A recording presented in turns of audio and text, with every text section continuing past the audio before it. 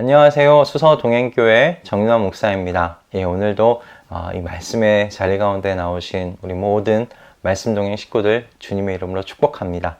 오늘도 우리가 십계명의 말씀을 계속 생각해 나아갈 텐데요.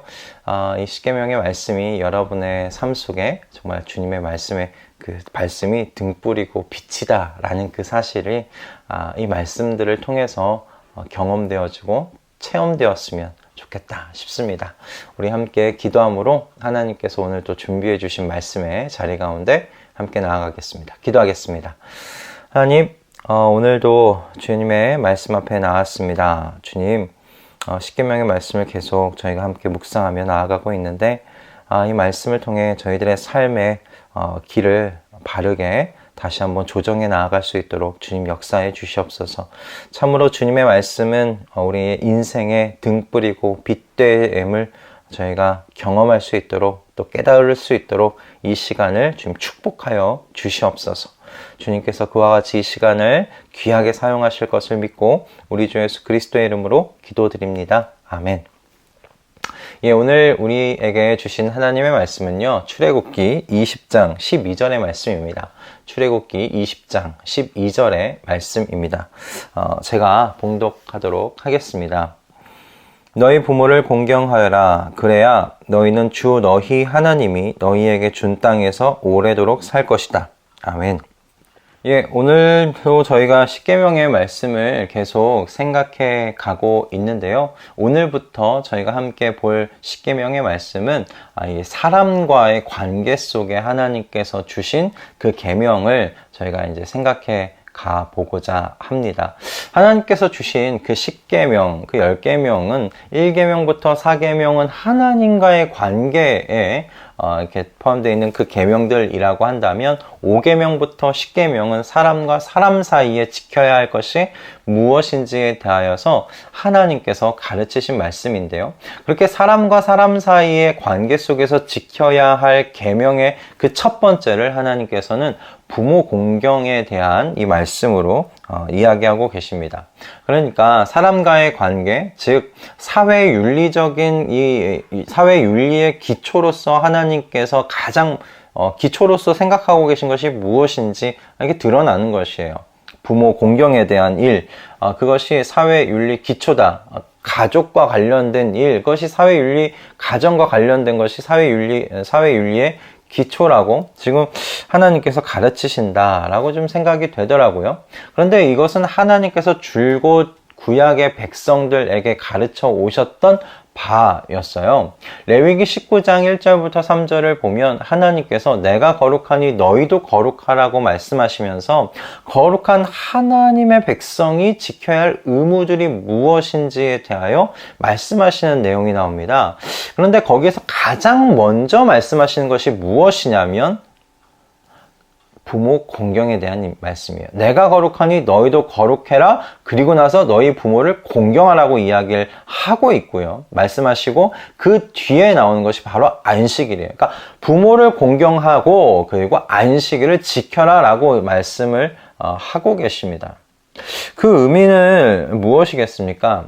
하나님의 거룩한 백성의 그 거룩은, 그 경건은 어디서부터 시작되냐면 가족에서부터 시작된다. 가정에서부터 시작된다. 라고 말씀하시는 것이죠. 안식일 계명 중요합니다. 하나님 앞에 안식일을 지켜야죠. 그러나 그 제7일날 지키는 안식일을 지키는 것, 그것도 너희를 거룩하게, 너희를 세상 속에서 구별되게 할 것이지만 너희가 일상생활 속에서 구별되려면 어디서부터 시작돼야 돼?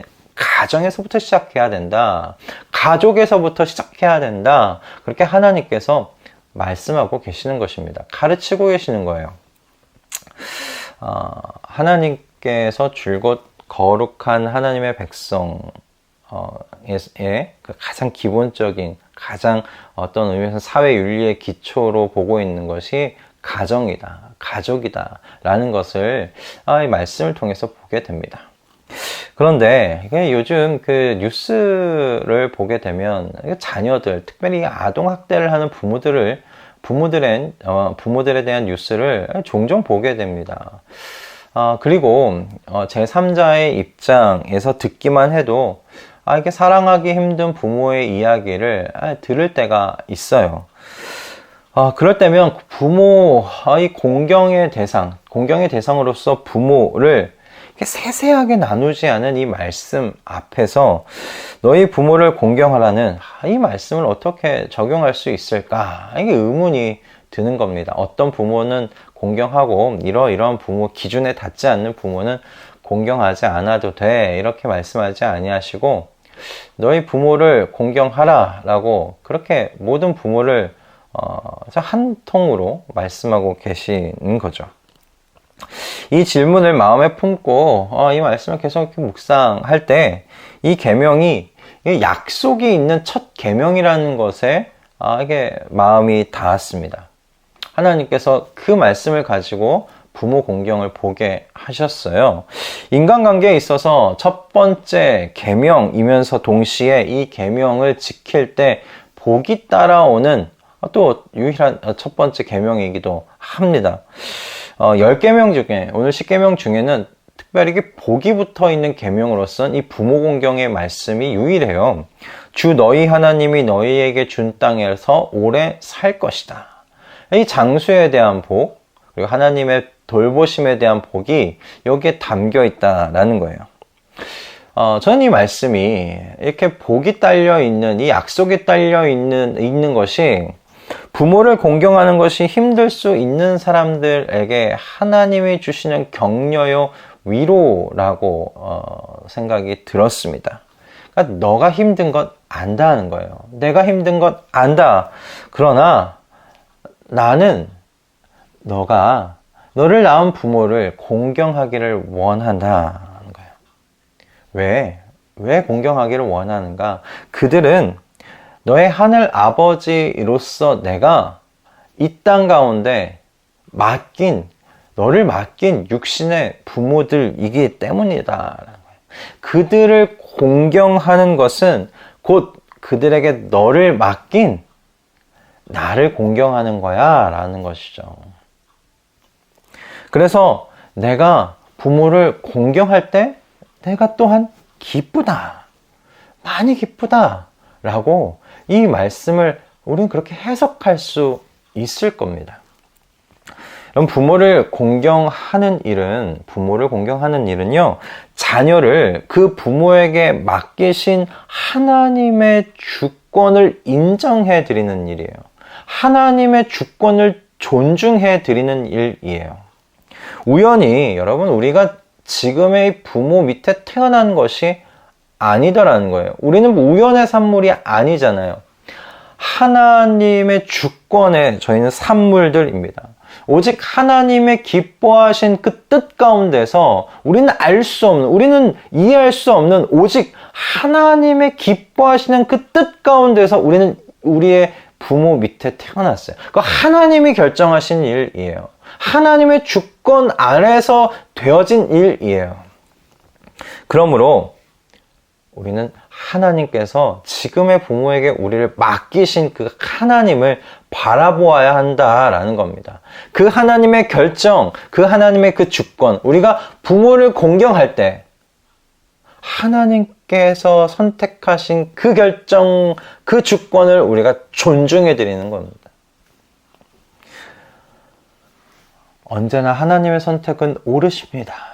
여러분, 그 고백이 바로 우리 부모를 공경하는 일과 있다는 사실을 여러분 기억하실 수 있기를 바랍니다. 그래서 부모를 공경하라는 여러분이 명령은 사랑하라는 명령이 아니라는 걸 여러분 기억하십시오.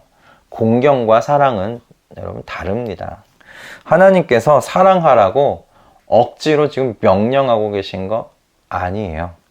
당신을 사랑하도록 십자가의 사실 사랑으로 우리를 설득해 오신 그 주님 아니십니까? 그 주님이 부모를 사랑하라고 이렇게 요구하고 계시지 않더라라는 거예요. 사랑할 수 없는 부모도 있지 않겠습니까? 그 학대를 한 그 부모들, 그 부모들을 뭐 어떻게 자녀들이 사랑할 수 있겠습니까? 사실 낳기만 하고 돌보지 않은 부모들의 그 무책임함 속에 여러분 노인 자녀들이 어떻게 부모를 사랑할 수 있겠습니까? 사랑할 수 없는 부모도 있는 것 같아요. 그래서 하나님께서 공경하라 라고 말씀하신 겁니다. 여러분, 공경은 사랑이 아니고요. 여러분, 존중과 돌봄입니다. 나이 들었을 때 돌봄이에요. 히브리어로는 하나님을 여러분 경외하다 라고 쓰이는 말로 번역되기까지 합니다. 즉, 부모를 하나님께 하듯이 그 노년에 방치하지 말고 존중하고 그리고 돌보라, 보살피라 라는 그 말씀이라는 거예요. 그럼 부모를 공경하라는 하나님의 말씀 앞에 전 참 늘 이 말씀 접할 때마다 부끄러운 사람 중에 하나입니다. 근데 오늘 이 말씀 또 다시 하나님께서 묵상케 하시고 보게 하셨는데 이 말씀을 다시 한번 실천하기 위해 지속적으로 할 수 있는 것이 무엇인가, 또 바꿔야 할 내 마음의 태도가 무엇인가 좀 살펴보는 이 한날을 좀 보내고자 합니다.